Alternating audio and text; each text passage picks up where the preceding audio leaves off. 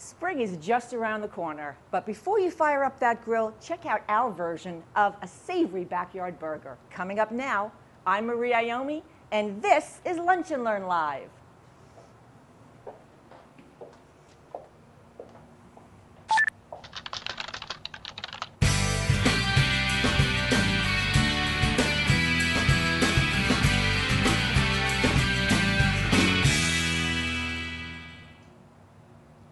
Welcome to Lunch and Learn Live. I'm Marie Iommi, and our special guest today is Dawn Viola. Great to see you. Great to see you. Thanks for being here. Well, thanks for having me. We are making a chicken tarragon burger today, and it's Can't great. wait.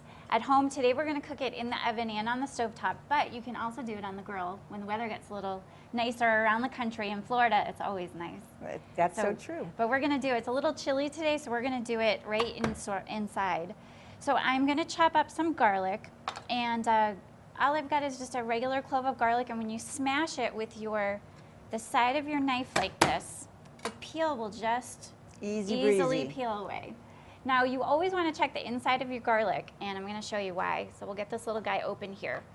Garlic is a bulb, just like a tulip, and when you see that green sprout coming out, that means that the garlic is getting ready to grow, and that green sprout right in the middle is extremely bitter, so you always want to take that out. So smashing your garlic, you can always tell if that green guy is in there. Now, does that mean that it's kind of been hanging around too long, or is that just a normal process? No, it's just the time of year. Yeah, just the time of year.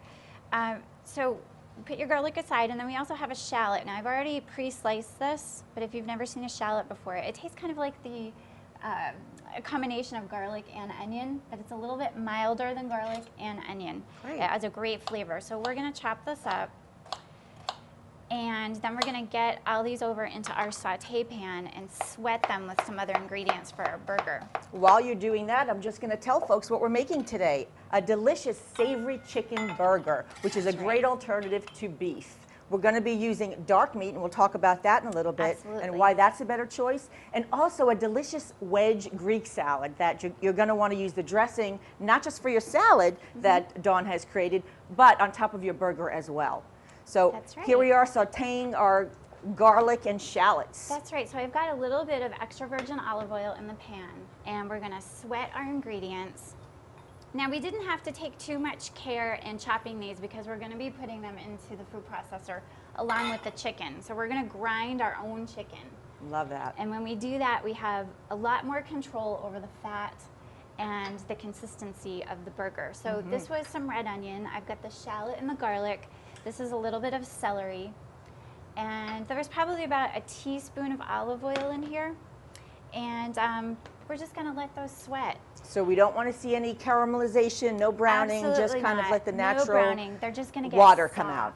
Exactly. Great. And to help that process a little bit, we're going to add just a pinch of salt, and the salt will help draw out the moisture from all of the vegetables. And while that's sweating, now it's on a low heat, so we don't have to worry about it too much. I'm going to get our chicken out of the refrigerator, and we'll go on over to the food processor, and I'll show you how to whirl that up. Great. Okay, so we're working with raw chicken, so I have a separate cutting board. Safety first, right? For food safety, right. So we don't want any cross-contamination happening. So these are just boneless, skinless chicken thighs, and the chicken thigh is very economical. It adds great flavor. It's very moist. You can definitely use chicken breast, but the chicken thigh will just add so much more flavor, and it's still very much a healthy meat to eat. It's much lower in saturated fat than ground beef is. I love dark meat. I just think it's tastier. It retains the moisture. I use it a lot. Definitely. I do too. I love it, and it's so affordable. So you want to make sure that you get all of the fat, the residual fat, because when you do buy boneless and skinless, you're still going to have a little bit of pocket fat on there. Right. So just with a very sharp knife, you're just going to trim it right off and discard that part, and then you just pop it right into your food processor. Great. So we've got about a pound of chicken thighs there. They usually come in a package of 4, so that will easily make 4 or 5 burgers. Nice. So that is economical. It is very economical. I'm going to grab our ingredients here that we've been sweating. Okay. And you can see the onions are nice and translucent. Everything's getting very soft. And those are just going to go right into the food processor as well, along with the olive oil. So we're, replacing not only the saturated fat from ground beef, Great but point. we're also adding some good fat because it's still really healthy for you to have good fats like olive oil. That's right, the real stuff. The real stuff, the good stuff. We're going to put in a tablespoon of Greek yogurt.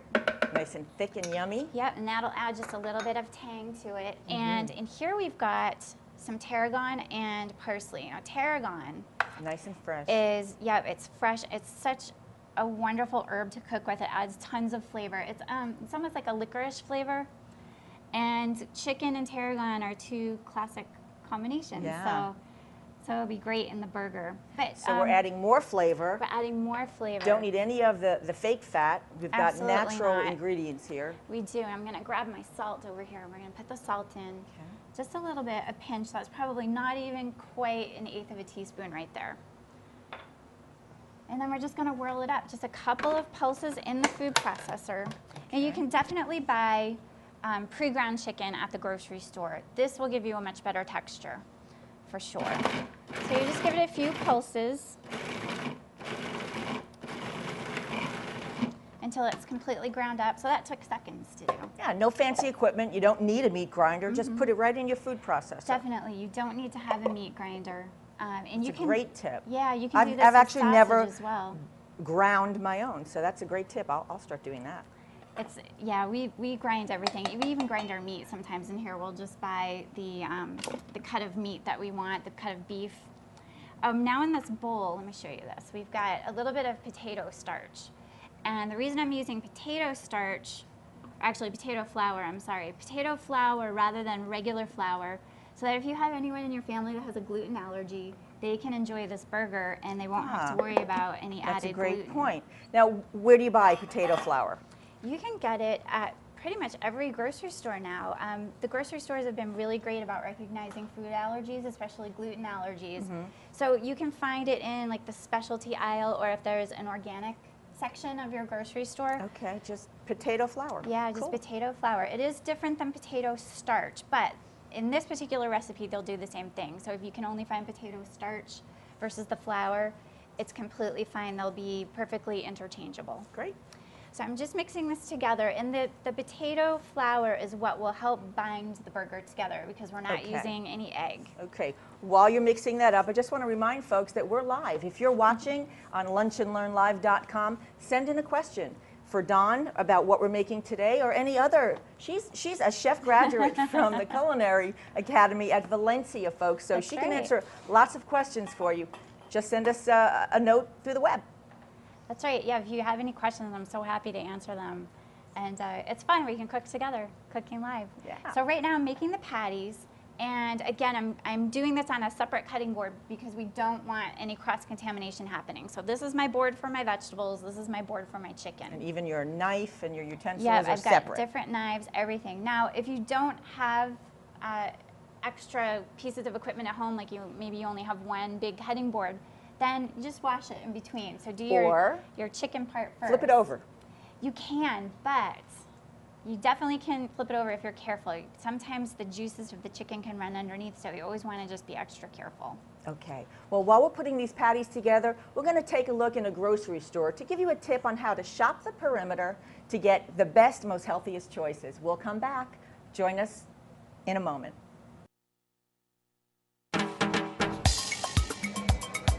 Hi, I'm Tamara Dorway, registered dietitian with Florida Hospital for Children. Did you know one of the healthiest ways that you can meal plan is by shopping the perimeter of the grocery store? Shopping the perimeter allows you to choose the most natural foods. If you're following a low sodium or low fat diet, or you just want to eat healthier, these foods have no additives, no preservatives, and they're the best choices for you. When you use foods that are more natural and have less preservatives, they've been processed less, they're going to have a lot more flavor. So using those items in your recipes is going to make your foods pop. Along the perimeter, you also find the dairy section. Even though these foods are in containers, they're still very close to how they were originally. You should be able to recognize everything listed in the ingredients. Even when you're making a quick sandwich, choose a healthy choice with your bread. You're looking for whole grains, you're looking for seeds and nuts, and you're looking for something that's going to taste good and fill you up, which these whole grain breads do quite well. If you're someone who enjoys eating meat, one of the biggest tips I can give you is to choose hormone-free meat. Also, if you're trying to cut the fat in your diet, choosing a meat with the word loin in it, like a sirloin, is going to give you less fat in that meat. Nuts are a healthy snack. They're heart healthy because they have healthy fats. With those healthy fats, you feel a little fuller when you eat them as well. Your portion is only a handful, and you can mix them into stir fries, you can mix them into oatmeal, you can put them on top of your cereal, you can put nuts into practically everything, and they're so tasty. So I hope all these tips that we've given you help you to live to a healthy 100. Remember, shopping that perimeter is where you want to go. It doesn't mean you don't shop the aisles, but make sure you read those ingredients and you practice portion control. Have a healthy, happy 2012.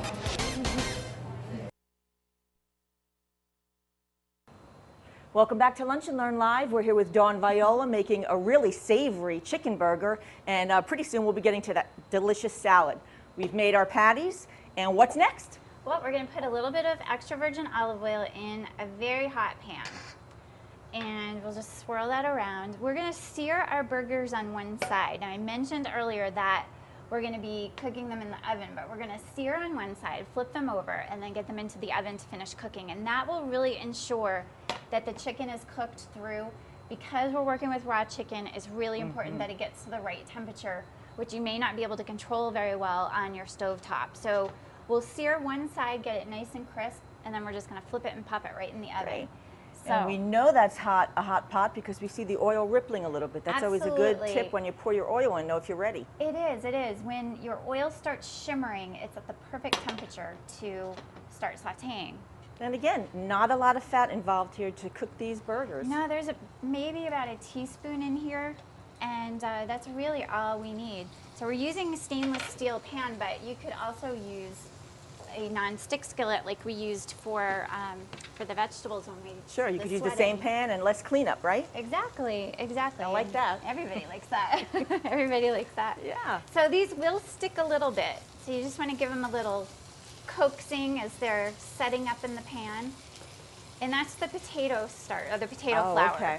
that's in there that's sticking a little bit. But that's also what's holding our burger together. So you Right. can smell that tarragon coming out. Yeah, oh man. It smells amazing. Smell-o-vision would be nice right about Wouldn't now. it? I For you really- guys, we're doing fine. Yeah, we're doing fine. We're doing fine. So you just kind of want to keep an eye on it and let it just caramelize on the bottom, and then we'll get it in the oven. So we're going to give that a couple minutes. And while that's going, we can finish chopping our shallot, which we'll Okay. use for the Greek salad that we're going to do next. Okay. I have a question. Absolutely. Sometimes I see on cooking shows, I'm a big fan of cooking shows, that they tell you to leave it alone and it'll kind of Yeah. tell you when it's ready because that's when it will not stick. will. Is that true? That or is does the true. potato flour or the potato starch Yeah. prohibit that? In this instance, the potato flour is really sticky. Okay. If it were just meat in there and some vegetables, that would absolutely be true. Okay, good to know. Yeah, it's the starch that's helping it stick to the pan a little bit. But it's also the starch that's giving it that really wonderful caramelized flavor. So we're just gonna give this a rough chop.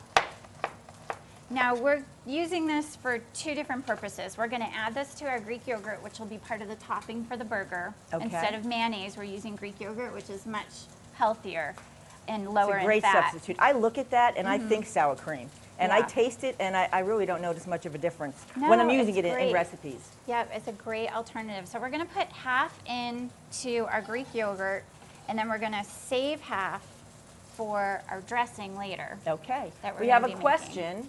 What other foods besides meat are good Mm-hmm. to grill? Oh gosh, vegetables are amazing on the grill. The secret to grilling, and this is true for meat, vegetables, fish, is you want to set up zones on your grill. So you want to have a hot zone, a cool zone, and then you want to have like a resting zone that's very, very cool. So that way you can do the initial cooking in the hot part, move it over to the cooler side so that your food doesn't overcook. And then if it's something that really needs to, I'm gonna check on our burgers here.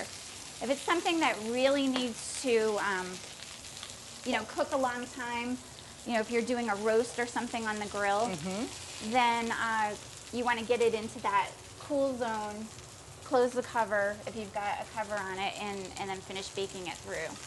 All right, so these look awesome. They're Ooh, perfect. perfectly golden brown. Wow. All right, so now we're just gonna pop them into the oven. So the oven has been preheated to 400 degrees. Okay. And these are gonna take about 10 more minutes to finish cooking. And we're gonna hard check part it. is done. Yeah, the hard part's done. We're gonna check it with a thermometer, and then we're gonna let it rest. And let me grab my towel here so I don't burn my hand. Yeah, so there's a pot holder one. right beside if that's too hot for you. Yeah. Great. All right, so Ooh. we've got one done The here. magic of television. Yeah, so you want to insert a thermometer into this and make sure that it's at 160. 160. 160 because you're going to let it rest for 10 minutes, which is going to bring the temperature all the way up to 165, which is the safe temperature for chicken. Okay. You can definitely leave it in until it's 165, but you can pull it out at 160, and then the carryover cooking will bring it up. Gosh, it smells so good in Doesn't here. that smell amazing? Yeah. So we're going to let that guy kind of rest there for a little Okay. bit, and we're going to move on to our Greek salad dressing. All right. So we are going to be doing a wedge salad, but we're going to be doing it as a Greek salad. And it's really quick, really easy, especially on weeknights when you're in a hurry. You can throw this together. So the dressing is just a simple oil, vinegar, lemon juice, garlic, shallot. That's all there is to it. So in my bowl, I already have some olive oil and some red wine vinegar. Now we are going to zest the lemon and juice it. So the best way to get as much juice out of the lemon is to just really roll it, and you'll be able to smell the lemon juice or the lemon oils in the skin of the lemon when you do that, because it's just so fragrant, starting to release its oils. So we're going to cut it in half, and part of it we're going to zest later on, and this we just need the juice for. So if you juice it in your hand, you'll be able to catch all the seeds that fall out, and the juice will just fall through your fingers. Okay, we have another question. Okay, great. Is it better to grind dark chicken or white?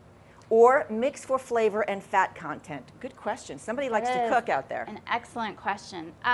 Whether or not it's better to grind one or the other is your personal preference. So if you tend to like white meat more than dark meat, you can certainly use the white meat. They're both going to grind up the same in the food processor. The difference is the fat content. The breast is going to be extremely lean, whereas the dark meat is going to have a little bit more fat and moisture in it. So mixing them is an excellent idea. Today we used all dark meat, but you can certainly mix it as long as it equals a pound. You can do half and half. Great.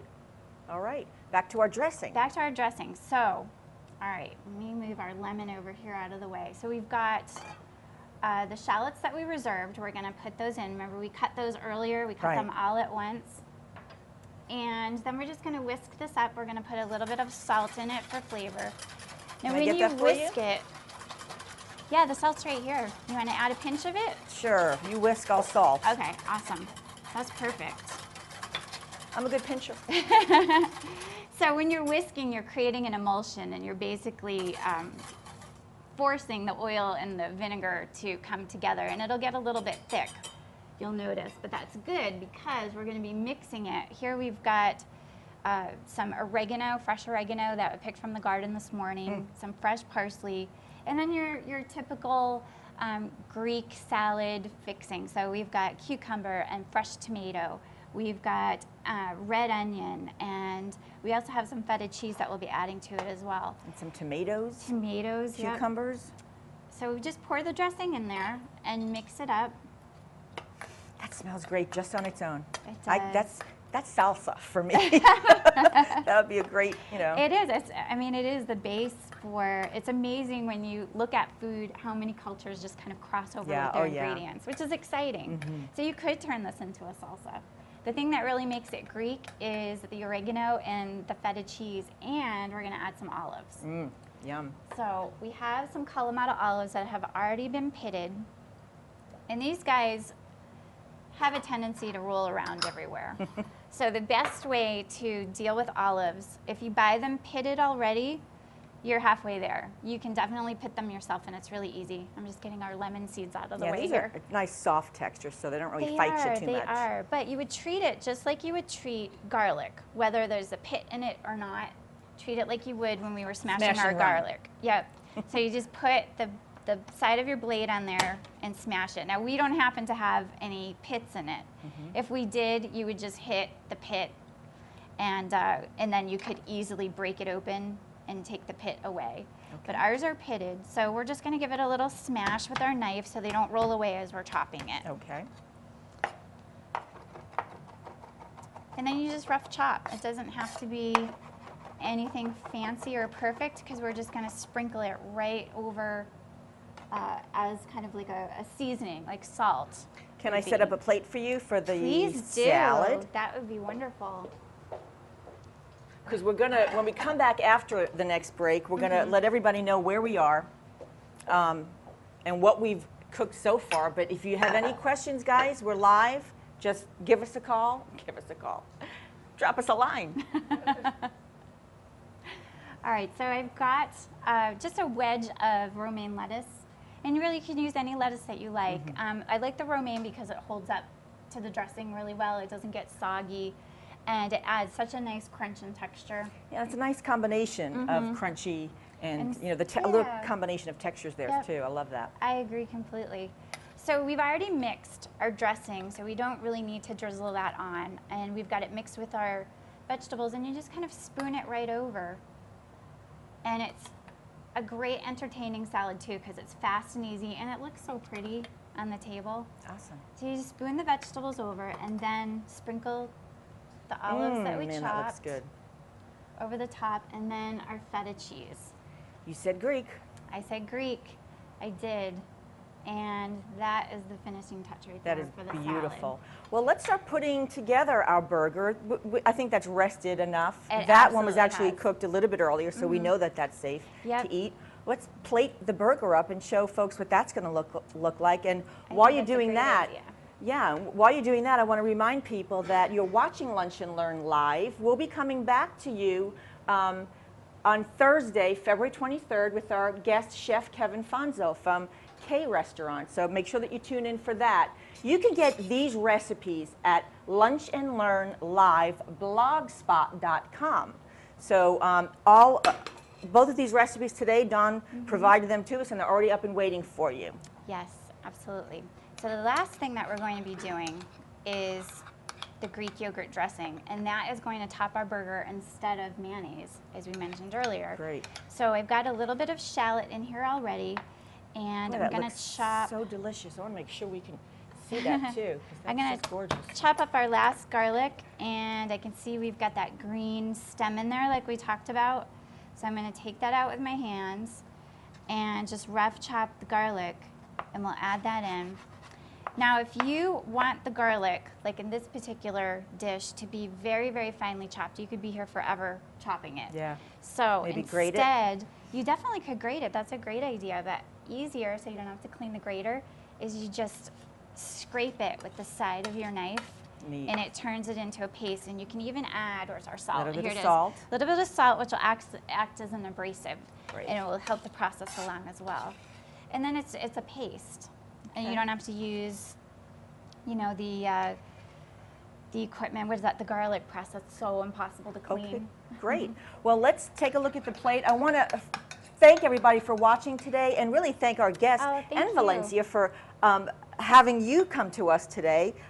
Any information can be found on Dawn's website, dawnviola.com. That's correct. And is there anything else you want to tell us about yourself and your work and what you're doing, food writing? Oh, before we sure. I close do. out? Yeah, absolutely. I do a lot of food writing, and I also serve on the board of directors for Slow Food Orlando. So we are out there educating everybody about local and organic foods in our community, connecting people with local farmers. Great. And Valencia really helps with that a lot as well. We use a lot of local food in our cooking, and it's a great program. Well, Dawn will be coming back. She'll be one of the chefs in our rotation. Remember the recipes, lunchandlearnlive.blogspot.com, and February 23rd, 12 o'clock noon, lunchandlearnlive.com to watch Kevin Fonzo as our next guest. Thank you all for tuning in. Have a great rest of your day, and take some of this home, get the recipe off your website, and make it tonight.